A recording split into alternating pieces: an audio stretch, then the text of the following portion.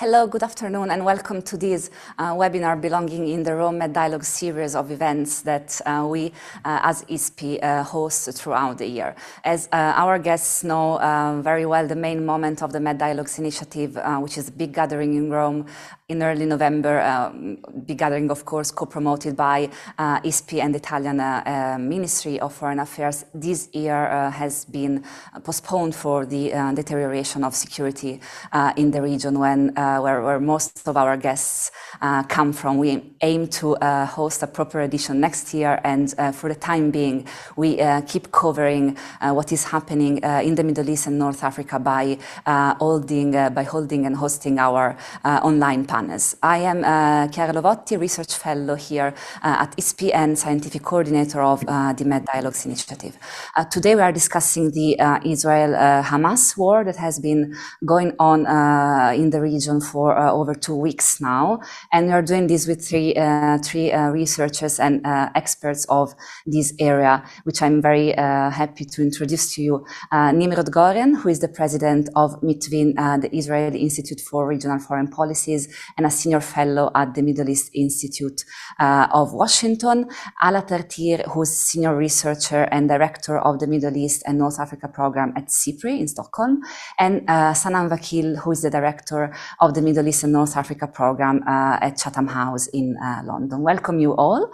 Thank you for being with us, and thank you for the unique opportunity that you are giving to us and to our audience to listen to various understandings, experiences, and voices on these terrible wars. So the title of the event is Amid Escalating Violence, is Dialogue Possible on Gaza? This is what we are going to discuss today. You know, after Hamas attacked southern Israel on 7 October, violence has been escalating in Israel-Palestine, and now the nightmare is that of a long-lasting war and a near future of even more death and suffering for these people, especially in Gaza, but not only. The risk is that the conflict may widen, that it may regionalize, and this risk is unfortunately real, it exists. But what would happen if the conflict expands? What would happen on the ground? What countries will be most affected? And most importantly, is there room, as the title of our events quotes, is there room for dialogue on Gaza, regional dialogue, international dialogue? The scenario, of course, doesn't look good at the moment, but if there is this room for dialogue, who could facilitate it? What actor, what regional or international player? So before handing over to our speakers, let me just remind very quickly to the audience that there is the possibility to ask questions via the Q&A function on the platform where you are connected, and of course I will receive the questions and convey them to our speakers. So let's get into this discussion, and Nimrod, I would start with you. So the goal of Israel is now clear. It is announced. The Israeli army will try to wipe Hamas out of Gaza. It will try, as you wrote recently, to nullify its military capabilities and governing capabilities. So this is the declared aim of Israel. You recently said that this is not only about taking control and deterring, as it was in last interventions, let's say, but it's about really changing who is ruling Gaza. It's about reshaping the order in Gaza. But help us understanding, what does Gaza represent for Israel today? How is Israel going through this critical moment? Nimrod, the floor is yours. Yeah, thank you. And beginning by the title of this panel, I think dialogue on Gaza and on regional affairs is possible and is very much necessary, especially at times of war. And I thank you and ISPI for convening us for a dialogue, actually, because October 7th was the most horrible day, in Israel's history. The price is immense. The stories are terrible. The terror attack inflicted so much damage on our society, and the stories are still getting out. There's a lot of uncertainty still about more than 200 Israeli hostages held by Hamas in Gaza. It's unclear what will be the next steps of the war. So a lot of unclarity, events are unfolding, but Israeli reactions until now could be summed up into like 5 channels, which I would mention very, very briefly. First, there is a support in Israel in the objectives of the war as defined by the government. It's not support for the government. It's not if Israelis are now all for Netanyahu, but the goals of changing the status quo in Gaza to a way in which Hamas doesn't control the Gaza Strip anymore and doesn't pose a military threat on Israel. This is something that is supported by almost all sectors of the Israeli spectrum, also the political spectrum. So the prospects of a ceasefire anytime soon is not seen as something that Israelis very much adhere to, because they want to see first the change in Gaza's leadership. And the tactic through which that could happen is diverse. People are talking about a ground offensive. It could happen in different ways. So there's a lot of still debate on that. But support for the war objectives. Then there's a lot of concern about the fate of the hostages and a lot of initiatives by individuals, by NGOs, by civil society to try and help international efforts of mediation, to put pressure on leaders to raise awareness to the necessary release. There is mediation going on by the Qataris, by the Americans, with Egyptian involvement. We already have seen some releases, some mentioning about a possible deal coming. So this is something that tops the Israeli agenda at the moment, getting these people back home, getting those alive back to their families. There is anger on the government and on Netanyahu. The government failed Israeli citizens, and the government should defend the citizens. It did not.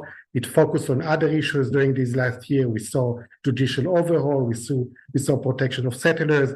The government didn't deliver before the war, and it doesn't deliver now. Basic needs of Israelis are met mostly by initiatives coming from the grassroots. So there's a lot of mobilization on the Israeli society to support those in need, which the government is not really doing as good as it should.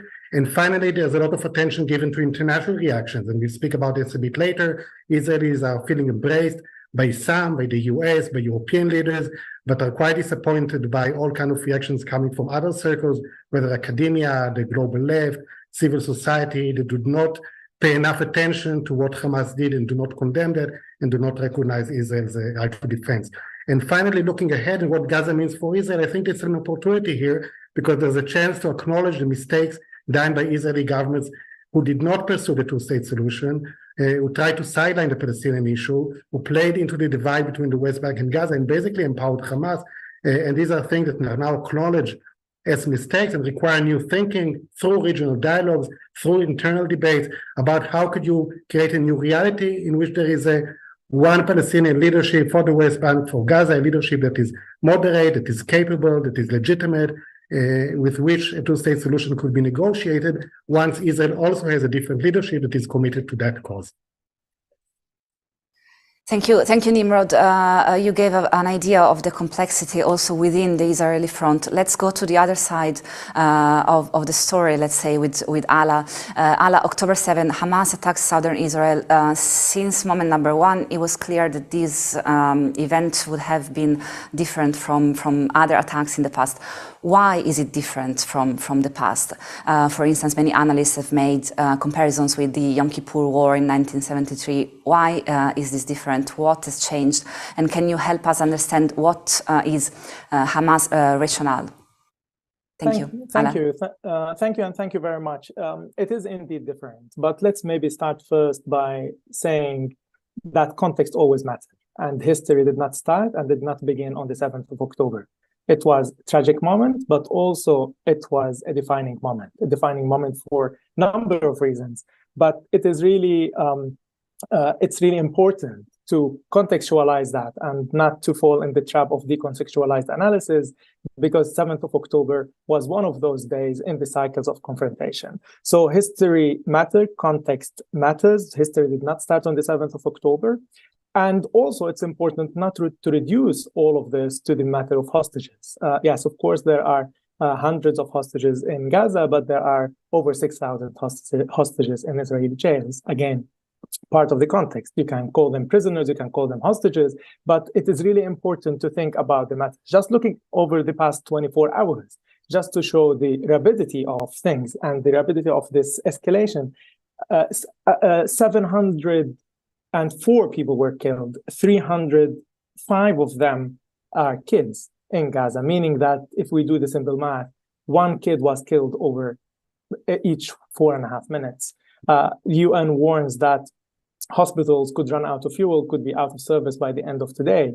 On the other hand, Israeli officials are endorsing and calling for the dismissal and resignation of Secretary General of the UN. UN is trying to debate a resolution. So many things are happening within a very short period of time, which is, in answering your question, tells that this is a different moment than before. It is a different moment because it was a Palestinian-led confrontation that is different in terms of scale, in terms of scope, magnitude, effect, and consequences. It was a different moment than previous ones because it is happening at the time when the region is trying to be different.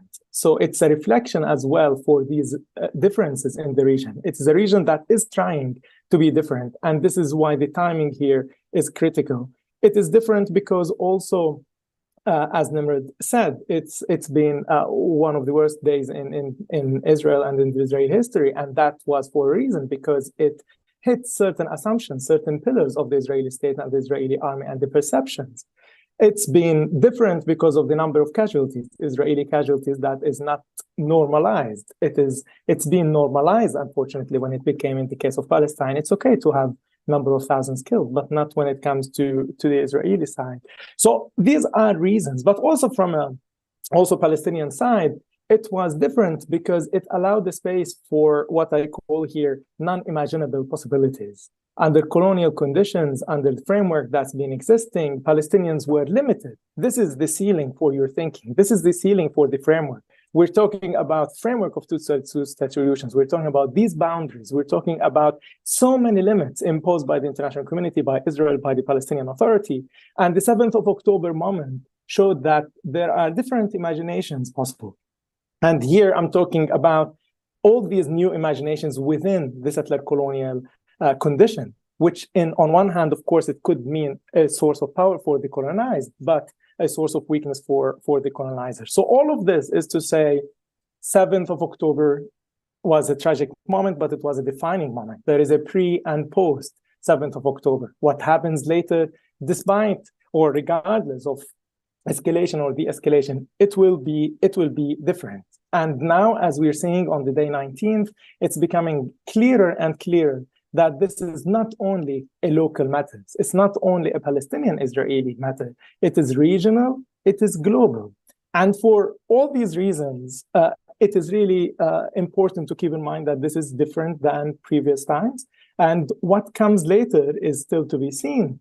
But the political instrumentalization of this moment, if you want to call it the 7th of October moment, could result in different new understanding, different new frameworks, potentially different leaderships. So this is why these are some reasons that I think explain why this moment or why this time is different than previous time. But it's important to keep in mind this is one of the cycles of confrontation that's been happening for decades. And just over the past few years, there were many attempts from pushing the boundaries from a Palestinian point of view. And this one is just different because it's different in scale and magnitude and effect. Thank you, Ala, and I fully agree with you. This is not just regional. This is, this is not just local. It's regional. It's global. If not only for really the sufferings of the people that should concern us all. Sanam, I will come to you now. We know that Iran is the primary backer of Hamas, having provided the group with logistic and financial support for years. Iran's mission to the United Nations has of course denied any involvement of Tehran in the October 7 attack, but many observers, many researchers believe it's unrealistic that the country has not somehow played a role in what is happening. Can you help us understand what is Iran's place in this story? What is Iran seeking, and if there is a sort of involvement of the country in this story, why now? Thank you, Sanam. Thank you, Chiara. Thank you for having me. It's a pleasure to be here for this important discussion, and thank you to ISPI as well. Sorry we're not gathering in Rome at this critical time. The question of Iran is a really key one, and I think as a result of terrible outcome of October 7th and the tragedy that is befalling both Israelis and Palestinians, what has become abundantly clear to the region, to the international community, is that Middle East security requires a very clear solution, a process to address two issues, Palestinian self-determination and Iran's role in the region. Neither of which have been adequately addressed by local actors, by regional actors, as well as the international community.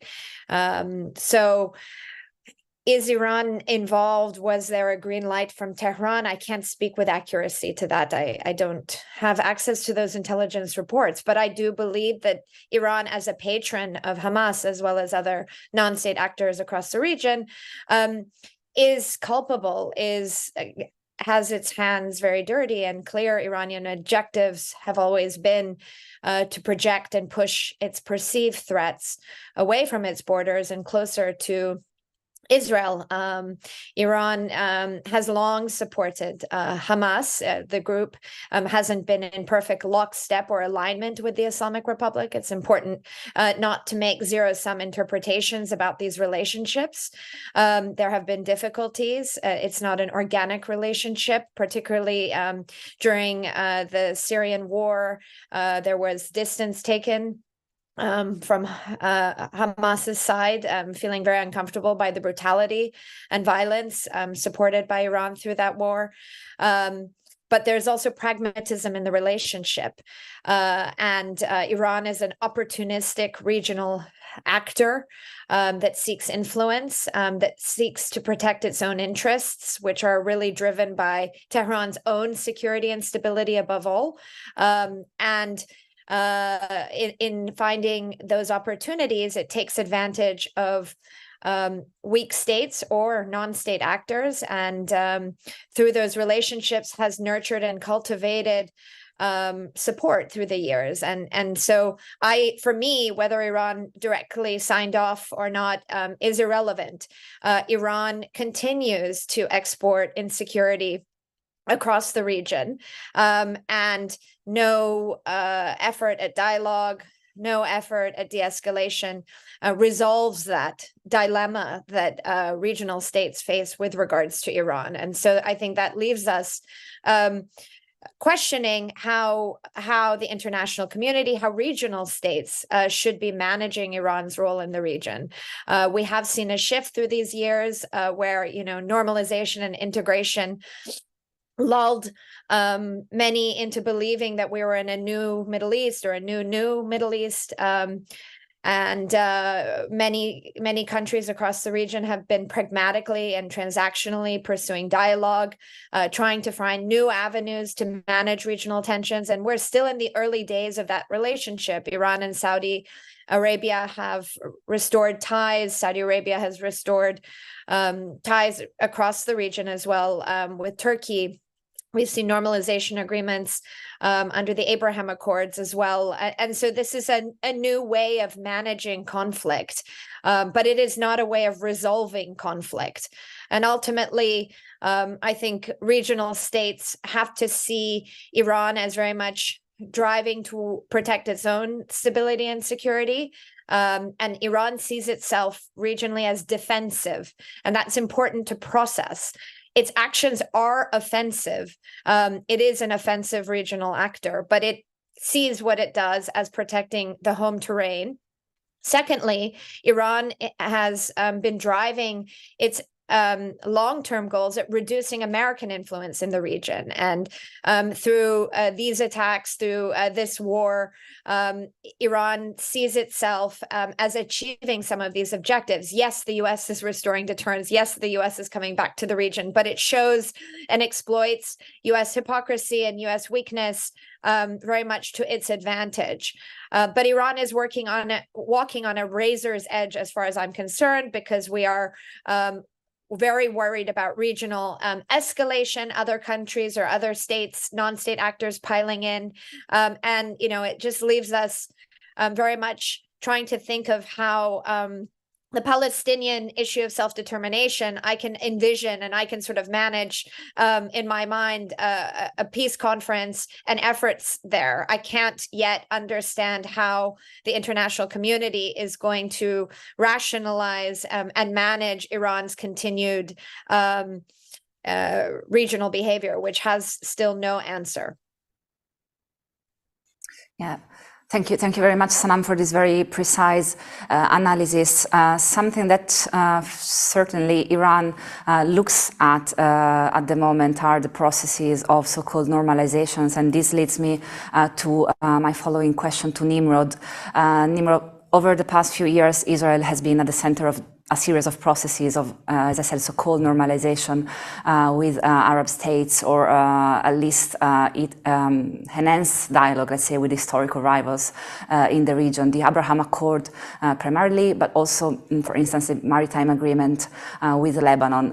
Many researchers, many observers perceived these as, of course, positive examples of, let's say, windows of peace that were slowly opening.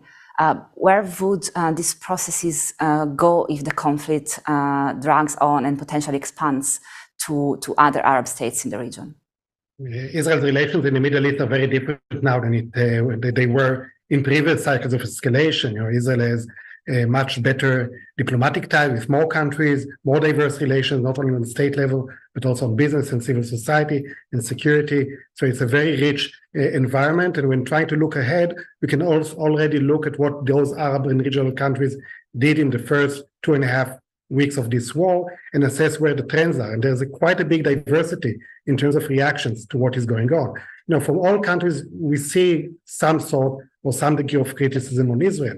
Some countries, it's much more significant, and we hear Erdogan talking even today, and Turkey kind of being in the forefront of maybe downgrading a bit, not official ties of business relations or energy deals, but other countries are kind of in between. The UAE was speaking with the Israeli leadership at the beginning, a conversation with our president.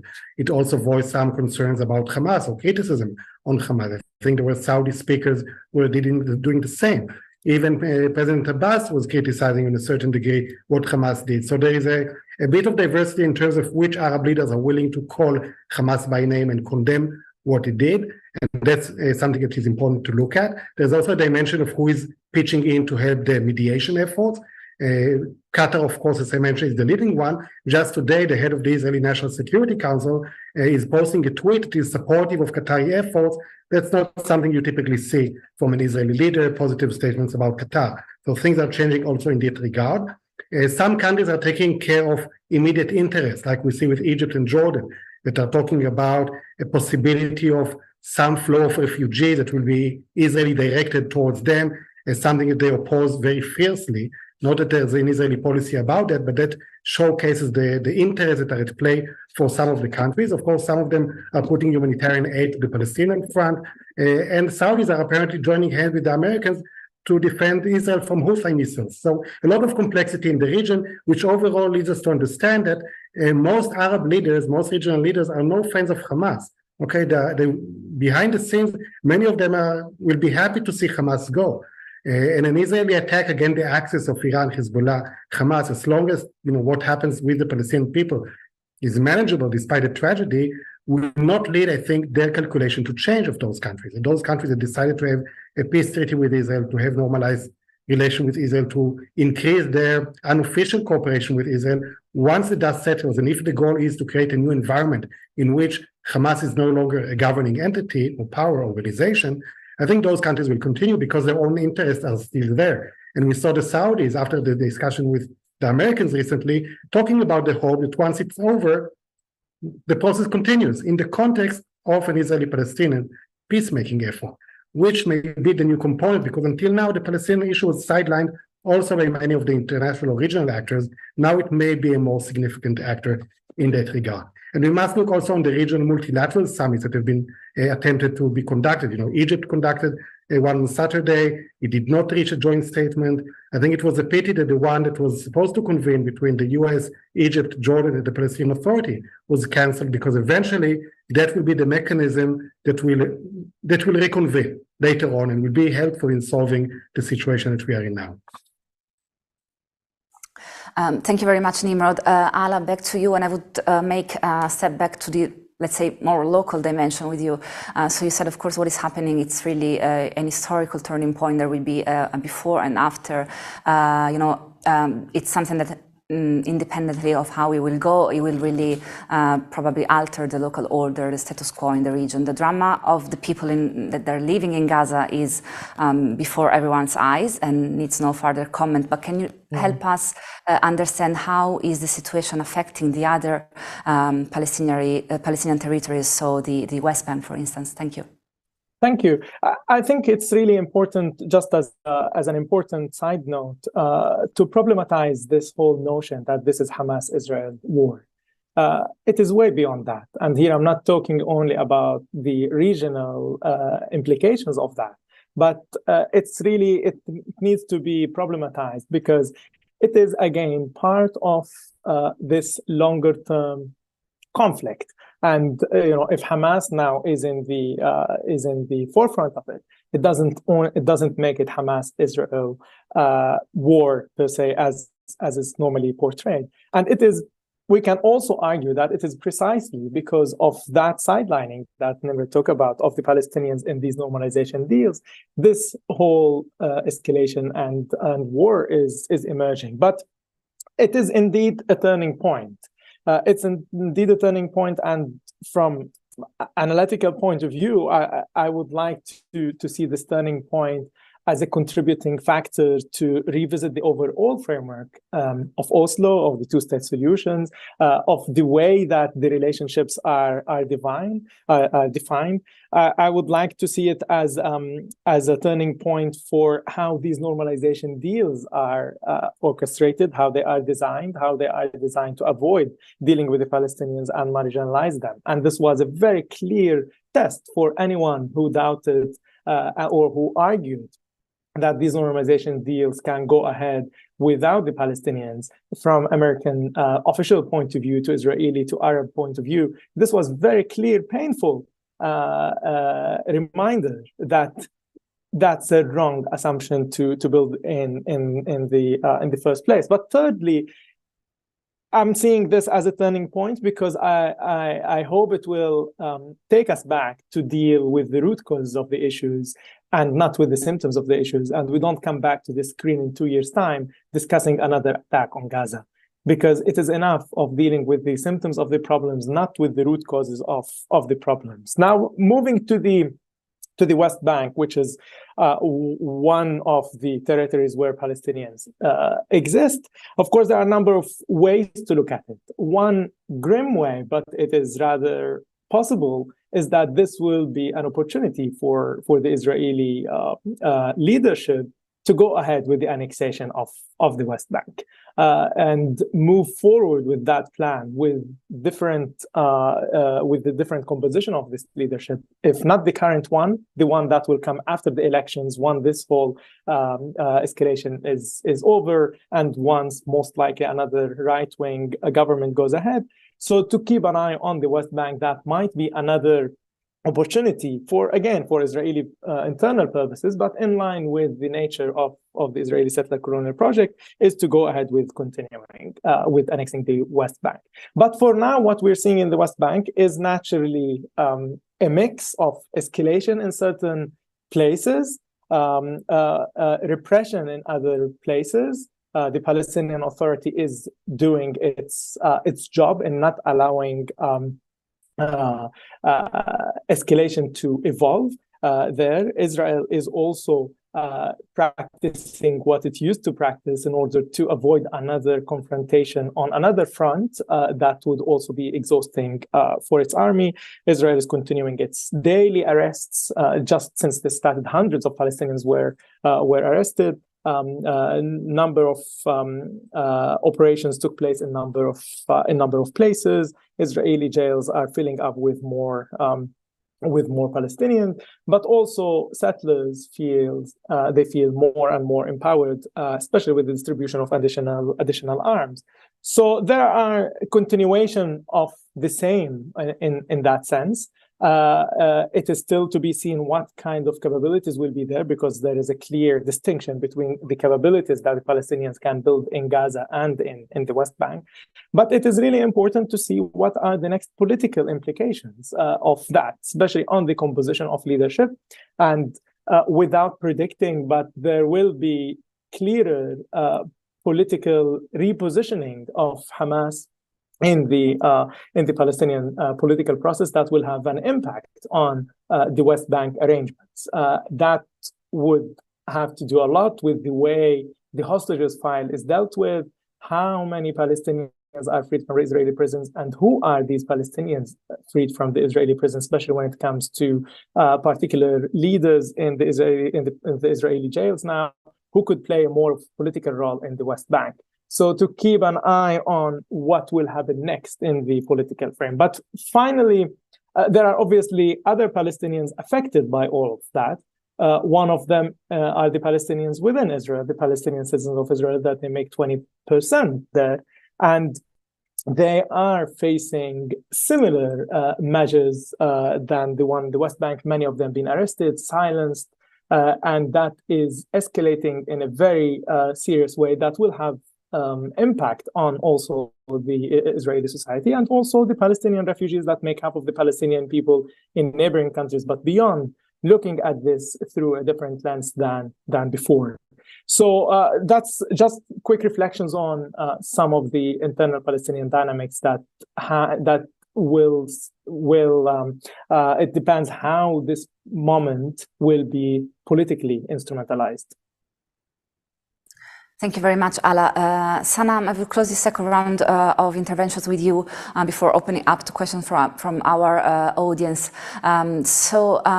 Speaking of the possible regionalization or enlargement of the conflict, if the conflict had to expand, indeed, two immediate most affected countries, maybe Lebanon and perhaps also Iran. We are already witnessing some form of escalation in southern Lebanon, whereas Iran may be concerned that an attack may eventually arrive from Israel. What is the situation in Lebanon and Iran, and what risks for these two countries? Thank you. Thank you, Chiara. As I mentioned before, I really see we're on this knife's edge moment, and that's because there are costs and benefits for Iran and for this decentralized axis of resistance that is really deeply embedded in many states outside of Iran. For Iran, clearly, along with Hezbollah, they have been trying to use their leverage and their positioning and attacks coming from southern Lebanon to make clear that any further escalation, military invasion of Gaza could result in the opening of a second front. And as a result of that, we have seen military exchanges in southern Lebanon. We've also seen attacks in Syria. We've seen, additionally, the Houthis from Yemen also shooting off and sending off rockets and drones just to showcase the potential, foreshadow the potential threat that could emerge from a regionalization of this conflict. But by showing this, the goal for Iran and for Hezbollah that are more partners rather than in a vertical relationship, and that I think is important to understand. This decentralized axis isn't necessarily a command and control relationship where people are calling Tehran in order to make decisions. What makes these relationships viable and functional over a longer period of time is that there is agency among all of these networks, where they can benefit through collaboration, but there's also blowback as a result of collaboration. So the messaging very clearly is that there's a potential to escalate, but at the same time, what Iran doesn't want to risk, and I think the same calculation is being felt by Hassan Nasrallah in Lebanon, is that they're keen for a regional pile-in. And ironically, I think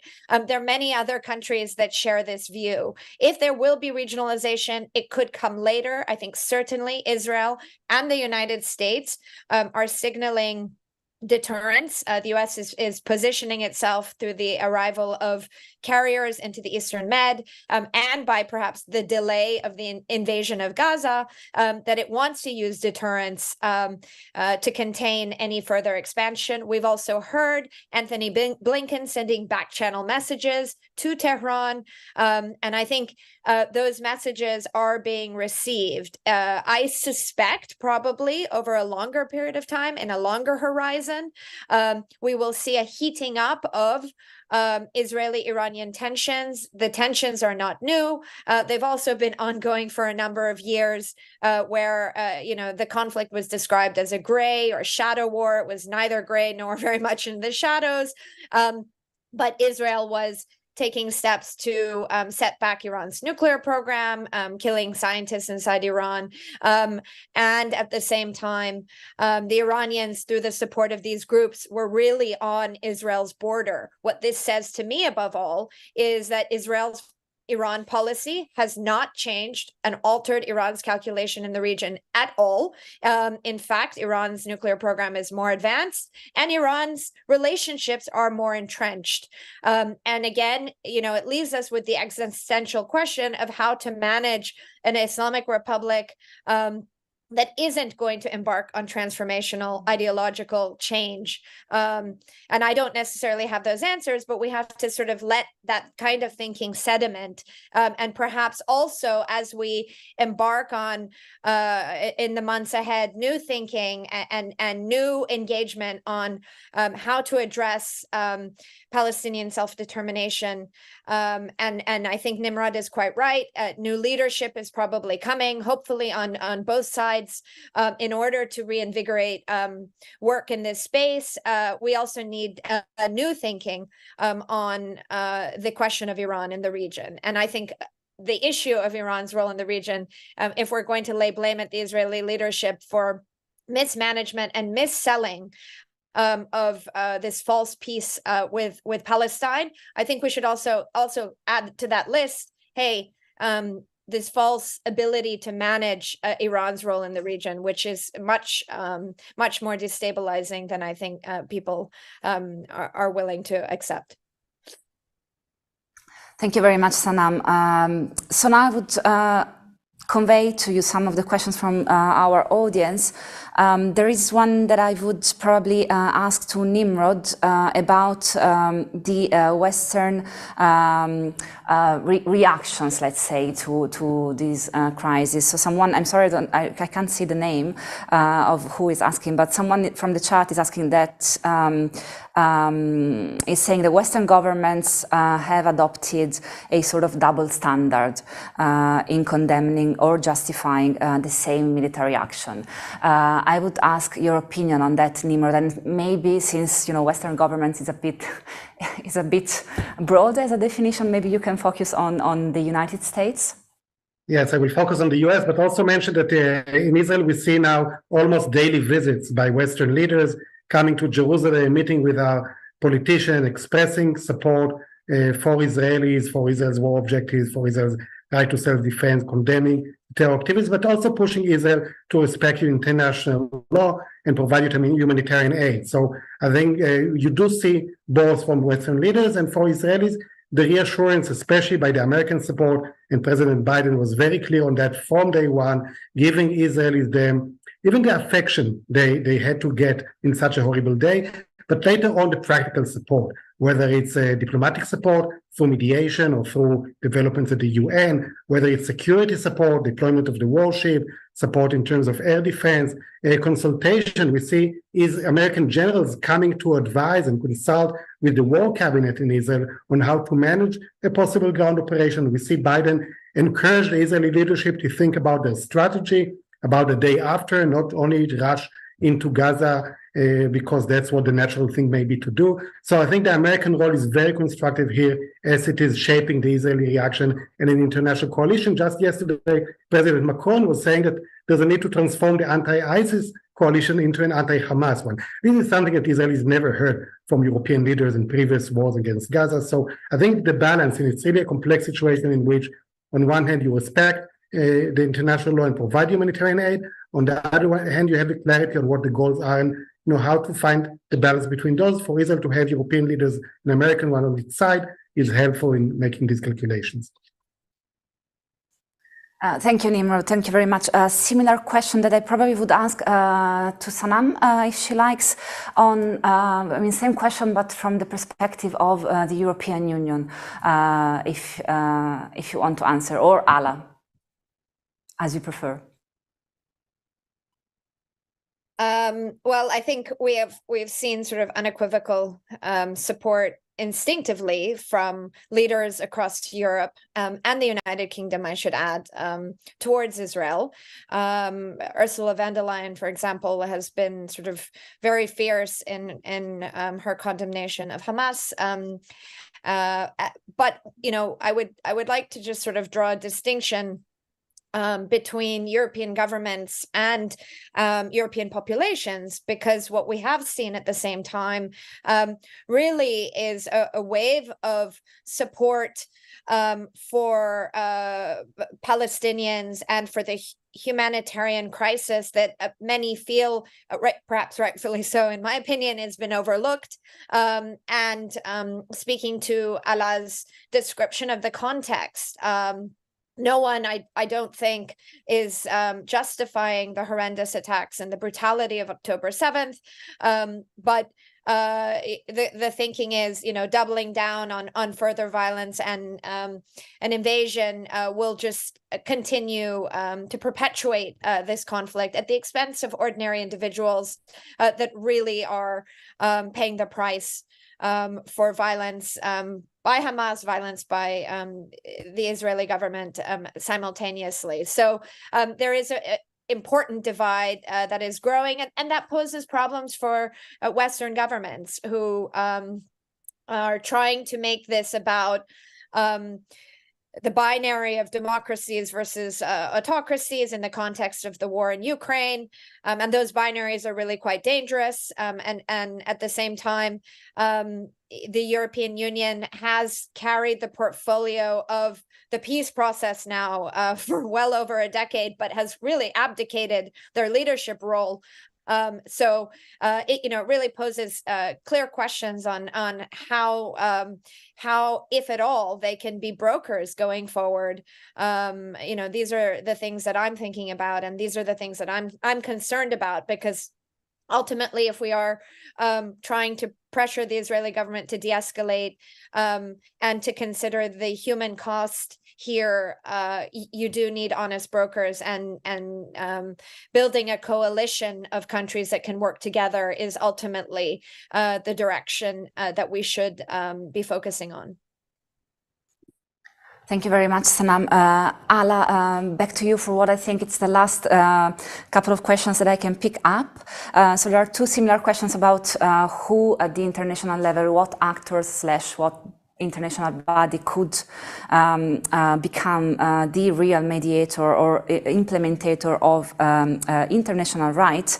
And someone is asking specifically about the United Nations. So is the Israeli-Hamas conflict hindering the United Nations legitimacy? Why the UN is not being able to guarantee order in this region? What is your view on that, ALAA, if you feel comfortable with that? Well, directly to that question, and this is where I started this conversation with. Yes, of course, this is a local conflict. It is part of the Palestinian-Israeli conflict, but it is also a theater or a stage for the global power dynamics and regional power dynamics. And it is another test for the United Nations and its ability to stand its principles and to be able to implement. I mean, we all know the UN and its limits and its abilities, but what is really important in all of this, for me, one of the main victims of this cycle that we're seeing now is international law and international global order and the rule-based governance that we keep celebrating.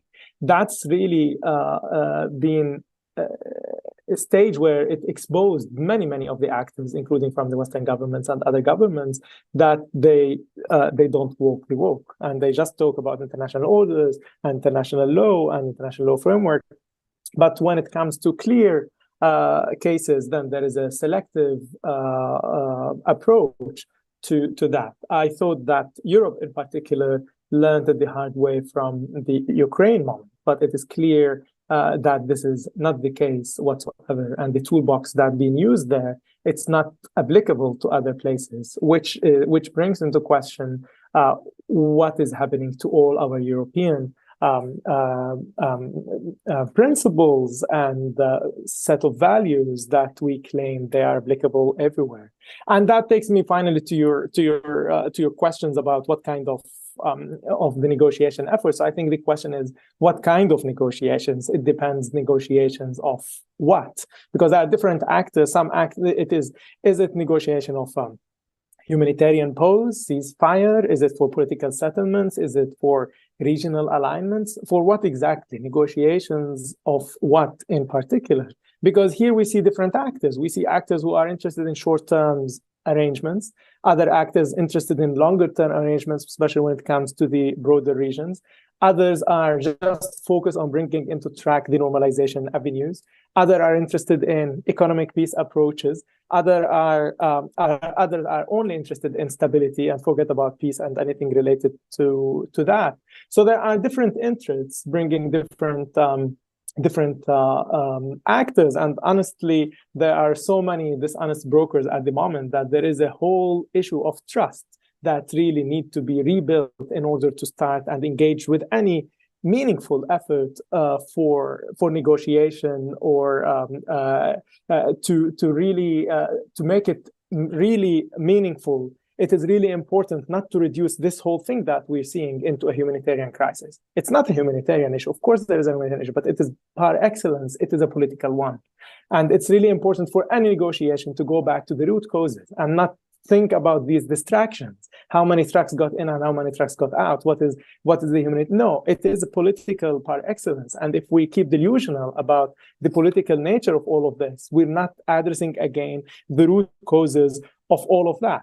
And any kind of meaningful negotiations that needs to take place should learn the lesson that Palestinians' rights should not and could not be sidelines in any kind of new arrangement in the region. It is very clear, especially with all these sacrifices and loss of lives that we're seeing there. And any actors that come to engage in any process of negotiation needs to expose these actors who would instrumentalize in political terms the current events, and there will be plenty of them trying to instrumentalize them, but also how not to use a counterterrorism lens for all of that, because that would be another disastrous approach that will not get us closer to any kind of meaningful peace. After all, we need one thing: accountability.